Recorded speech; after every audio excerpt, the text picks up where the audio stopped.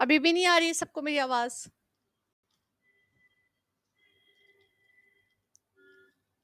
अक्षत, आवाज आ रही है बेटा?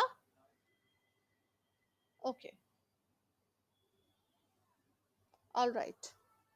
ओके, सो हम लोग अब चैप्टर हम लोग का कंप्लीट हो चुका है। अब हम लोग इसके क्वेश्चन आंसर्स देखेंगे। सब लोग अपने अपने बुक निकाल लीजिए। हमारा है प्रश्न नंबर 1। प्रश्न नंबर 1, खेती बाड़ी से जुड़े गृहस्थ बाल गोविंद भगत अपने किन चारित्रिक विशेषताओं के कारण साधु कहलाते थे? जबकि वो साधु तो नहीं थे, तो यहाँ पूछा गया है वो क्यों साधु कहलाते थे। प्रश्न नंबर 1। प्रश्न नंबर 2, भगत की पुत्र वधु उन्हें क्यों छोड़ना नहीं चाहती थी? इसको मैं समझा दूंगी, इसको आप लोगों को अपनी नोटबुक में नहीं करना है। ये जो प्रश्न है इसको आपको अपनी नोटबुक में नहीं करना है, ये मैं क्लास में ही समझा दूंगी, ये आप लोग आराम से कर लेंगे। फिर उसके बाद है प्रश्न नंबर 3, भगत ने अपने बेटे की मृत्यु पर अपनी भावनाएं किस तरह व्यक्त की? इसको भी आपको अपनी अ, उसमें पाठ्य पुस्तिका में नहीं करना है, ये भी मैं आपको अभी समझा दूंगी। तो आपको करना है अभी प्रश्न नंबर 1, 2 और 3 मैं आपको समझाऊंगी, इसको आपको अपनी बुक में नहीं करना है। ठीक है। फिर है प्रश्न नंबर 4, भगत के व्यक्तित्व और उनकी वेशभूषा का अपने शब्दों में चित्र प्रस्तुत कीजिए। ये आपको करना है, ठीक है। भगत के व्यक्तित्व और उनकी वेशभूषा का अपने शब्दों में चित्र प्रस्तुत कीजिए। फिर है प्रश्न नंबर 5, बाल गोविंद भगत की दिनचर्या लोगों के अजरत का कारण क्यों थी? अचरज का कारण क्यों थी, मतलब आश्चर्यचकित क्यों रह जाते थे लोग देखकर? इसको भी आपको बुक में करना है। फिर है पाठ के आधार पर बाल गोविंद भगत के मधुर गायन की विशेषताएं लिखिए। इसे बुक में नहीं करना है, ये मैं क्लास में समझाऊंगी, ठीक है। ये भी नहीं करना है। फिर प्रश्न नंबर 7, कुछ मार्मिक प्रसंगों के आधार पर दिखाई देता है कि बाल गोविंद भगत प्रचलित सामाजिक मान्यताओं को नहीं मानते थे। पाठ के आधार पर उन प्रसंगों का उल्लेख कीजिए। ये आपको बुक में करना है, इसको टिक मार्क लगा लीजिए, ठीक है। धान की रोपाई के समय मोहल्ले में भगत की स्वर लहरियां किस तरह चमत्कृत कर देती थी, उस माहौल का शब्द प्रस्तुत कीजिए, शब्द चित्र प्रस्तुत कीजिए। ये आप लोगों को नहीं करना है, ठीक है। ये मैं आपको अभी समझा देती हूँ। फिर आप लोग आइए रचना और अभिव्यक्ति। रचना और अभिव्यक्ति, ठीक है। तो अब इसमें मैं आप लोगों को बताती जाऊंगी कौन कौन से आपको अपनी बुक में करना है। तो सबसे पहला आपका जो प्रश्न है, खेती से जुड़े गृहस्थ बाल गोविंद भगत अपनी किन चारित्रिक विशेषताओं के कारण साधु कहलाते थे? जबकि वो गृहस्थ जीवन जीते थे, तो क्यों कहलाते थे? अब आप लोग इसको पॉइंट्स में लिख सकते हैं। बाल गोविंद भगत खेती बाड़ी से जुड़े गृहस्थ थे, फिर भी वे साधुता की श्रेणी में आते थे क्योंकि नंबर 1, वे कबीर को अपना साहब मानते थे। नंबर 2, वे कबीर के पदों को गाते थे और उनके आदेशों पर चलते थे। नंबर 3, वे सभी से खरा व्यवहार रखते थे, दो टूक बात कहने में ना कोई संकोच करते थे, ना किसी से झगड़ते थे। नंबर 4, वे अन्य किसी की चीज को बिना पूछे व्यवहार में नहीं लाते थे, ठीक है। वे अन्य किसी चीज को बिना पूछे व्यवहार में नहीं लाते थे। और नंबर 5, वह अपनी प्रत्येक वस्तु पर साहब का अधिकार मानते थे, मतलब कबीर का अधिकार मानते थे। वह अपनी प्रत्येक वस्तु पर साहब का अधिकार मानते थे। इस प्रकार त्याग की प्रवृत्ति और साधुता का व्यवहार उन्हें साधु की श्रेणी में खड़ा कर देता है, ठीक है। तो इसमें 5 पॉइंट बनते हैं। पहला है वे कबीर को अपना साहब मानते थे। फिर दूसरा है वे कबीर के पदों को ही गाते थे और उनके आदेशों पर चलते थे। तीसरा है वे सभी से खरा व्यवहार रखते थे, दो टूक बात कहने में ना कोई संकोच करते थे, ना किसी से झगड़ते थे। नंबर 4, वे किसी की चीज को बिना पूछे व्यवहार में नहीं लाते थे। और नंबर 5, वह अपनी प्रत्येक वस्तु पर साहब का अधिकार मानते थे। इस प्रकार त्याग की प्रवृत्ति और साधुता का व्यवहार उन्हें साधु की श्रेणी में खड़ा कर देता है।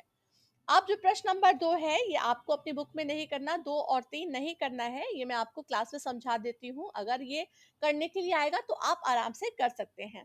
तो आपका प्रश्न है, भगत की पुत्र वधू उन्हें अकेले क्यों नहीं छोड़ना चाहती थी? तो इसका उत्तर, भगत के पुत्र भगत के पुत्र की मौत से आहत पोतहू अपना शेष जीवन भगत की सेवा करते हुए बिताना चाहती थी। वह भगत को अकेला छोड़ना नहीं चाहती थी। वह जानती थी कि नंबर 1, बुढ़ापे में भगत को कौन भोजन कराएगा। नंबर 2, बीमार पड़े कि कौन सहारा देगा, बीमार पड़े तो कौन सहारा देगा। नंबर 3, बीमार पड़ने पर कौन पानी देगा। नंबर 4, पुत्र की मृत्यु होने से घर में अकेले कैसे रहेंगे। इस प्रकार पोतहू भगत का सहारा बनकर वहीं वैधव्य जीवन काटना चाहती थी, अपना बचा हुआ जीवन काटना चाहती थी। फिर नंबर 3 है, भगत ने अपने बेटे की मृत्यु अपनी भावनाएं किस प्रकार व्यक्त की, मृत्यु पर किस प्रकार अपनी भावनाएं व्यक्त की। तो इसका उत्तर है, अपने बेटे की मृत्यु पर भगत ने अपनी भावनाएं इस प्रकार व्यक्त की कि नंबर 1, मृतक पुत्र की आंगन में चटाई पर लिटाकर सफेद कपड़े से ढक दिया। नंबर 2, मृतक पुत्र के ऊपर फूल और तुलसी के पत्ते बिखेर दिए और सिराहने एक दीपक जलाकर रख दिया। नंबर 3, उसके समीप आसन पर बैठकर हमेशा की तरह कबीर के पदों को गाने लगे और पतोहू को समझाने लगे कि आत्मा परमात्मा से मिल गई है, वीरैनी अपने प्रेमी ईश्वर से जाकर मिल गई है। नंबर 4, पतोहू को समझाते यह समय रोने का नहीं, उत्सव मनाने का है। ठीक है, ये भी आपको अपनी बुक में नहीं करना है।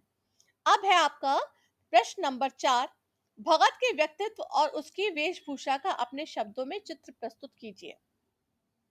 अब इसको आप लोग देखिए, 60 वर्षीय भगत एकदम गोरे चिट्टे मंझोले कद के व्यक्ति थे। मंझोले क्या होता है, ना बहुत लंबा ना बहुत छोटा, मध्यम, बीच का मतलब। ठीक है, बहुत लंबा भी नहीं है बहुत छोटा भी नहीं है, मतलब मंझोले। ठीक है, मध्यम कद के। तो वो एक मंझोले कद के व्यक्ति थे जिनके बाल पके हुए थे, मतलब सफेद थे। उनका चेहरा हमेशा सफेद बालों से जगमगाता रहता था, किंतु सन्यासी की तरह जटाजूट बाल में नहीं दिखते थे। वे कपड़े कम पहनते थे। कपड़े के नाम पर उनके कमर में लंगोटी और सिर पर कमर कबीर पंथियों जैसी टोपी रहती थी, कबीर पंथियों जैसी टोपी रहती थी। सर्दियों के दिनों में काली कमली ओढ़े रहते थे, माथे पर रामानंदी तिलक लगा रहता था, गले में तुलसी की बनी बेडौल माला डली रहती थी। इस तरह साधु वेश में रहते थे। उनका जीवन आदर्श साधुता से परिपूर्ण था। ठीक है, इसको आप लोग इस तरीके से अपना लिख सकते हैं और पॉइंट्स में भी इसको लिख सकते हैं, नंबर 1 नंबर 2 डालकर इसको कर सकते हैं। और अगर ये भी प्रश्न आए कि उनकी क्या उम्र होगी, कितने बरस के थे, तो आप लोग लिख सकते हैं कितने बरस के थे वो, 60 वर्षीय। ठीक है, फिर आपका है प्रश्न नंबर 5, बाल गोविंद भगत की दिनचर्या लोगों की अचरज का कारण क्यों थी। इसको आप लोग लिखिए, बाल गोविंद भगत की दिनचर्या का प्रत्येक कार्य आश्चर्यजनक होता था। जैसे नंबर 1, गृहस्थ जीवन में रहते हुए उन्होंने साधुता को कभी नहीं छोड़ा। गृहस्थ जीवन में रहते हुए उन्होंने साधुता को कभी नहीं छोड़ा।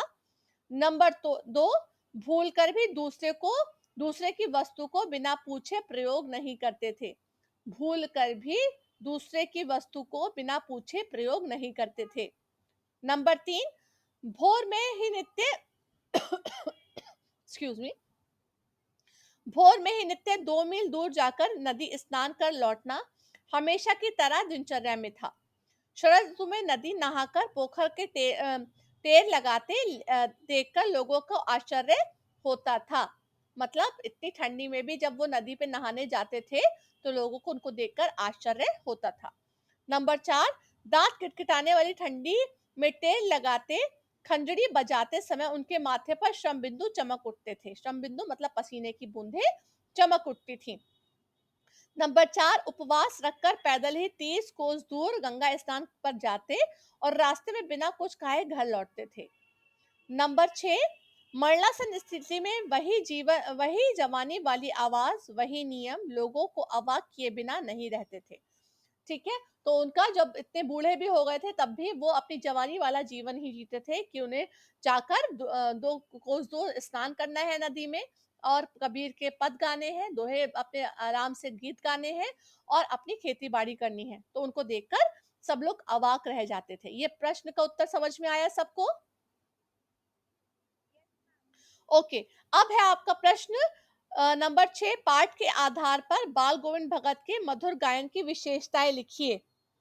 पाठ के आधार पर बाल गोविंद भगत के मधुर गायन की विशेषताएँ लिखिए। तो इसको आप लोगों को अपनी कॉपी में नहीं करना है, ये हम आपको समझा देते हैं।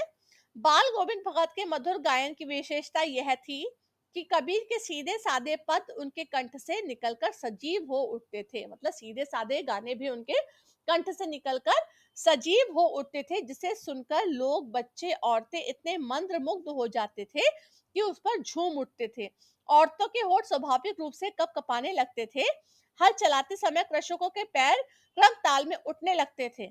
उनके संगीत की ध्वनि तरंग लोगों को झंकृत कर देती थी।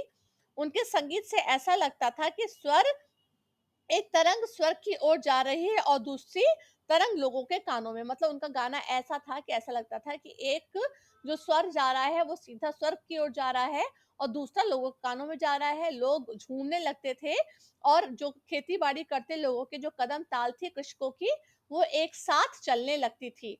और जो वहाँ पे औरतें होती थी वो उनके जो होंठ थे वो भी थिरकने लग मतलब उनके होंठ भी वही गाना गाने वही पद गाने लगते थे और बच्चे भी खूब खुश हो जाते थे। ठीक है? अब है नंबर 7 आपका प्रश्न। कुछ मार्मिक प्रसंगों के आधार पर यह दिखाई देता है कि बाल गोविंद भगत प्रचलित सामाजिक मान्यताओं को नहीं मानते थे। पाठ के आधार पर उन प्रसंगों का उल्लेख कीजिए। ये आपका बहुत ही ज़्यादा महत्वपूर्ण प्रश्न है। ये आपके एग्जाम में ज्यादातर आ जाता है, तो इसको अच्छे से देख लीजिए। बाल गोविंद भगत प्रचलित मान्यताओं पर विश्वास नहीं करते थे। ऐसे उदाहरण उन्होंने जीवन में अनेक बार प्रस्तुत किए, जिसके आधार पर उनके प्रति इस धारणा को बल मिलता है। वे प्रसंग इस प्रकार हैं। नंबर 1, मृतक पुत्र की चिता को पतोहू ने आग दिलवाकर कर उस सामाजिक परंपरा के बड़े से साहस को नकार दिया जो स्त्रियों का शमशान पर जाना निषेध मानते हैं। मतलब अ, कुछ लोग जो हैं कहते हैं कि महिलाओं को शमशान पर नहीं जाना चाहिए और उस वक्त तो बिल्कुल ही निषेध माना जाता होगा। आजकल तो चले जाते हैं, लेकिन उस वक्त नहीं जाने देते थे। लेकिन उन्होंने क्या कराया था, अपनी पुत्र वधू से क्या उन्होंने अग्नि दिलवाई थी अपने पुत्र की शव को, अपने पुत्र के शव को। फिर नंबर 2 है, विधवा नारी के प्रति लोगों की प्राचीन धारणा यह थी कि विधवा का पुनर्विवाह धार्मिक परंपरा के विरुद्ध है, जिसे उन्होंने बड़ी सरलता और दृढ़ता से नकार दिया और पतोहू के पुनर्विवाह का आदेश दिया। नंबर 3, वे साधुओं द्वारा भिक्षा मांगकर भोजन की परंपरा के विरोधी थे। वे साधुओं द्वारा भिक्षा मांगकर भोजन करने की परंपरा के विरोधी थे। ठीक है? अब आता है आपका प्रश्न नंबर 8, ये भी आपको अपनी कॉपी में नहीं करना है, इसको मैं समझा दूँगी आपको। धान की रोपाई के समय समूचे माहौल को भगत की स्वर लहरियाँ किस प्रकार चमत्कृत कर देती थीं, उस माहौल का शब्द चित्र प्रस्तुत कीजिए। तो देखिए आप लोग, धान की रोपाई के समय भगत के स्वरों की गूंज आसपास के लोगों के हृदय में इस तरह मचल उठते थे। नंबर 1, आषाढ़ मास की रिमझिम वर्षा, आकाश में बादल, ठंडी पूर्वाई हवा के बीच कहीं से कानों को झंकृत कर देने वाली स्वर लहरियां सुनाई देती थी। नंबर 2, स्वर कान में पड़ते ही पानी में खेलते बच्चे झूम उठते थे। खेत में मेड़ पर किलबे में बैठी औरतें होठ स्वयं ही स्वाभाविक रूप से कंपन करने लगते। नंबर 3, खेतों में हल हाँकते कृषकों के पैर एक ताल में उठने लगते। नंबर 4, खेतों में रोपनी करने वालों की उंगलियां विशेष क्रम में चलने लगती। तो ये आपका इसका उत्तर बनता है। अब आता है आपका रचना और अभिव्यक्ति। रचना और अभिव्यक्ति में आप लोग का पहला प्रश्न है, पाठ के आधार पर बताइए कि बाल गोविंद भगत की कबीर पर श्रद्धा किन किन रूपों से प्रकट हुई है। ये बहुत महत्वपूर्ण प्रश्न है, इसको भी आप लोग निशान लगा लीजिए। ये भी प्रश्न कई बार आपके पेपर में आ चुका है। बाल गोविंद भगत कबीर को ही अपना साहब मानते थे, मतलब अपना हेड मानते थे। ठीक है, अपना साहब मानते थे। उन्हीं के निर्देशों का यथासंभव पालन करते थे। कबीर के प्रति उनकी श्रद्धा निम्नलिखित रूपों से प्रकट होती है। नंबर 1, भगत सिर पर सदैव कबीर पंथी टोपी पहनते थे और कनपटी तक आ जाती थी, जो कनपटी तक आ जाती थी। भगत सिर पर कबीर पंथी टोपी पहनते थे जो कनपटी तक आ जाती थी। फिर उसके बाद नंबर 2, कबीर के रचित पदों को ही गाते थे।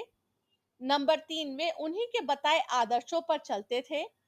नंबर 4, खेती बाड़ी में जो कुछ पैदा होता था उसे पहले कबीर के दरबार में भेंट करते थे और वहां से जो प्रसाद रूप में प्राप्त होता था उससे ही निर्वाह करते थे, उससे ही जीवन निर्वाह करते थे। नंबर 5, भगत पर कबीर की विचारधारा का इतना प्रभाव था कि उन्हीं की तरह रूढ़ियों का विरोध करते थे। ठीक है, इसके हमारे 5 पॉइंट बनते हैं। नंबर 1, सिर पर सदैव कबीरपंथी टोपी पहनते थे जो कनपटी तक आ जाती थी। नंबर 2, कबीर के रचित पदों को ही गाते थे। नंबर 3, वे उन्हीं के बताए आदर्शों पर चलते थे। नंबर 4, खेती बाड़ी से जो कुछ पैदा होता था उससे पहले कबीर के दरबार में भेंट करते थे और वहीं से जो प्रसाद रूप में प्राप्त होता था उसी से निर्वाह अपना जीवन निर्वाह करते थे। नंबर 5, भगत पर कबीर की विचारधारा का इतना प्रभाव था कि उन्हीं की तरह रूढ़ियों का विरोध करते थे। अब आता है आपका अगला प्रश्न, आपकी दृष्टि में भगत की कबीर पर अगाध श्रद्धा के कारण रहे होंगे, क्या कारण रहे होंगे? ये आपको अपनी बुक में करना है, ठीक है? ये जो रचना की अभिव्यक्ति के आधार पर मैं बता रही हूँ बेटा, ये आप लोगों को अपनी बुक में करना है, ठीक है? तो आपका इसका उत्तर बनता है नंबर 1, कबीर के साधु जीवन में भगत काफी प्रभावित होंगे क्योंकि कबीर भी गृहस्थ जीवन में रहते हुए साधु थे। नंबर 2, कबीर की आडंबरों में कोई रुचि नहीं थी, उनका आदर्श रूप उन्हें अच्छा लगा होगा। नंबर 3, भगत की स्वभावगत विचारधारा कबीर से मेल खाती होगी, कबीर भी उनके व्यवहार में खरापन रखते थे। नंबर 4, कबीर परंपरा से चली आ रही कुरीतियों का विरोध करते थे, तो भगत भी कुरीतियों को अच्छा नहीं मानते थे। फिर आपका है प्रश्न नंबर 12, 11 आपको नहीं करना है, ठीक है? प्रश्न नंबर 12, ऊपर की तस्वीर से यह नहीं माना जाए कि बाल गोविंद भगत साधु थे। क्या साधु की पहचान पहनावे के आधार पर की जानी चाहिए? आप किन आधारों पर यह सुनिश्चित करेंगे कि अमुक व्यक्ति साधु है? यह आपकी सोच पर निर्भर करता है, ठीक है? तो इसका उत्तर है, आज स्वभावगत साधुता की पहचान करना कठिन है। पहनावा मात्र के आधार पर किसी व्यक्ति को साधु नहीं माना जा सकता। सच्चा साधु वह है जो नंबर 1, दूसरों को वाणी से शीतलता प्रदान करता है। नंबर 2, कर्म में परोपकार की भावना से ओतप्रोत होता है। नंबर 3, दूसरों के कल्याण की भावना जिसके मन में निहित होती है। नंबर 4, बाह्य आडंबर से दूर सीधा साधा सरल स्वभाव होता है। नंबर 5, उपदेशात्मक जीवन में जैसे दूसरों की अपेक्षा करता है वैसा ही आचरण स्वयं करता है, मतलब दूसरों को जो सिखाता है वैसा ही आचरण उसका भी होता है। नंबर 6, लोभ स्वार्थ से दूर त्यागपूर्ण जीवन जीता है। अतः सांसारिक जीवन में रहते हुए आचरण में व्यक्ति साधु हो सकता है, यह आवश्यक नहीं कि साधु के लिए निश्चित वेशभूषा हो। तो यहाँ यही बताने की कोशिश की गई है कि आजकल कई ऐसे लोग मिलेंगे जो पहनावा तो साधु का ओढ़ लेते हैं। ये चीज आप लोगों ने नोटिस भी की होगी कि कई ऐसे बाबा लोग हैं जिन्होंने पहनावा तो ओढ़ा था साधु का, लेकिन जो उनके कार्य थे वो उसके समान नहीं थे। एट लास्ट क्या हुआ, वो आज जेल में है। लेकिन यहाँ पर बताया गया है कि आपकी नजर में क्या सही है, मतलब आप किसको साधु मानते हैं कि सिर्फ वेशभूषा से वो साधु हो तो वो साधु हो गया, आपकी नजर में क्या सही है? तो यहाँ पर यही बताया गया है कि पहला, दूसरों को वाणी से शीतलता प्रदान करे, मतलब वो ऐसा वचन बोले कि दूसरे को अच्छा लगे, ठीक। नंबर 2 है, कर्म में परोपकार की भावना से ओतप्रोत होता है। साधु जो होता है कर्म में परोपकार की भावना से ओतप्रोत होता है। फिर नंबर 3 है, दूसरों के कल्याण की भावना जिसके मन में निहित होती है, वो सिर्फ अपना नहीं सोचता, वो दूसरों के बारे में सोचता है, दूसरों के कल्याण के बारे में सोचता है। नंबर 4, बाह्य आडंबर से दूर सीधा साधा सरल स्वभाव होता है। नंबर 5, उपदेशात्मक जीवन में जैसी दूसरों से अपेक्षा करता है वैसा ही आचरण स्वयं करता है। नंबर 6, लोभ स्वार्थ से दूर त्यागपूर्ण जीवन जीता है। अतः सांसारिक जीवन में रहते हुए आचरण से व्यक्ति साधु हो सकता है। यह आवश्यक नहीं है कि साधु के लिए निश्चित वेशभूषा हो। ठीक है। और इसका जो ये अगला प्रश्न है, मोह और प्रेम में अंतर होता है, भगत के जीवन की किस घटना के आधार पर यह कथन सिद्ध करेंगे। तो ये आपको प्रश्न अपनी कॉपी में नहीं करना है। तो आपको रचना की अभिव्यक्ति के आधार पर जो कॉपी में करना है वो है प्रश्न नंबर 9, प्रश्न नंबर 10 और प्रश्न नंबर 12। प्रश्न नंबर 9 है, पाठ के आधार पर बताइए कि बाल गोविंद भगत की कबीर पर श्रद्धा किन किन रूपों में प्रकट हुई। ये बहुत महत्वपूर्ण प्रश्न है। फिर आपका दूसरा है, आपके दृष्टि में भगत कबीर पर अगाध श्रद्धा के क्या कारण रहे होंगे। ये भी आपके एग्जाम में आ चुका है। ठीक है। फिर आपका अगला प्रश्न है, ऊपर की तस्वीर से ये नहीं माना जाए कि बाल गोविंद भगत साधु थे। क्या साधु की पहचान पहनावे के आधार पर की जानी चाहिए? आप किन आधारों पर यह सुनिश्चित करेंगे कि अमुक व्यक्ति साधु है। तो ये 3 प्रश्न आपको इसमें से करने हैं। पहला, अब आपका सारे प्रश्न एक बार मैं फिर दोहरा देती हूँ आपके सामने। पहला प्रश्न, खेती बाड़ी से जुड़े गृहस्थ बाल गोविंद भगत अपनी किन चारित्रिक विशेषताओं के कारण साधु कहलाते थे? यह आपको अपनी बुक में करना है। फिर आपको जो बुक में करना है वह है, भगत के व्यक्तित्व और उनकी वेशभूषा का अपने शब्दों में चित्र प्रस्तुत कीजिए। फिर नंबर 5 है, बाल गोविंद भगत की दिनचर्या लोगों को अचरज का क्यों कारण अचरज का कारण क्यों थी।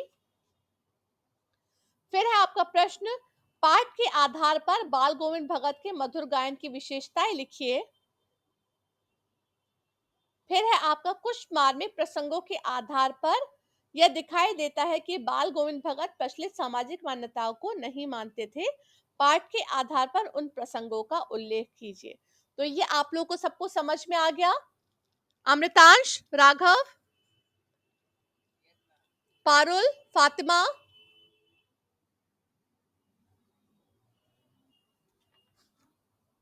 वंशिका, अमन, ओके। कोई प्रॉब्लम इसमें बेटा? ओके। तो ये आप लोगों को अपने अपने जो पाठ्य पुस्तिका जो आपकी कॉपी है उसमें करना है। और उसी तरीके से जब मैं आप लोगों से मांगूंगी तो आप लोगों को मुझे सेंड करना है और मैं उसको चेक करूंगी। एक चीज का सब लोग ध्यान रखिए कि अपनी अपनी जो राइटिंग है उसको सुधारिए, अपनी हैंड राइटिंग को सुधारिए। और दूसरी चीज है कि मात्राओं का ध्यान रखिए, मात्राएं बहुत गड़बड़ हो रही हैं। ठीक है, मात्राओं का ध्यान रखिए, क्योंकि मात्रा अगर गड़बड़ होती है, गलत लगा देते हो तो आपका पूरा जो आंसर है वो ही गड़बड़ाने लगता है। ठीक है, तो इस चीज को ध्यान रखिएगा। अब इसके बाद नेक्स्ट टर्न में हम लोग अपना नेक्स्ट चैप्टर लेंगे। इसको आप लोग समझ गए हैं, इसको अब आप लोग लिख लीजिएगा। आपके पास टाइम है, आराम से इसको कीजिए। और कोई भी प्रॉब्लम आएगी तो आप लोग मुझसे पूछ सकते हैं। Okay class, okay, bye bye बेटा, God bless you, have a nice day बच्चों।